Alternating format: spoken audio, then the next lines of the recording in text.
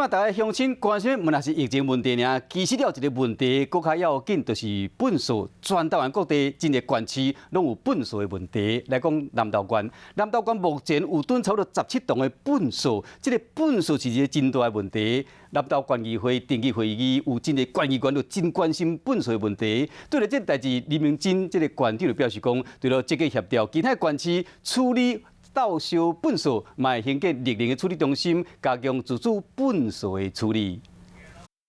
南投县粪扫堆积的问题严重，大工会当处理的粪扫量干那大约一半。县议员嘛拢伫县议会质询来关心。只能用打包的方式来堆置待处理，相对的也花了我们县府3300万的这个经费。李明珍县长讲，除了继续找其他县市倒收粪扫，嘛希望会当起绿能应用中心，将粪扫转化做能源。那么我们年底一定可以把这个垃圾处理，把这个绿能处理中心发包出去。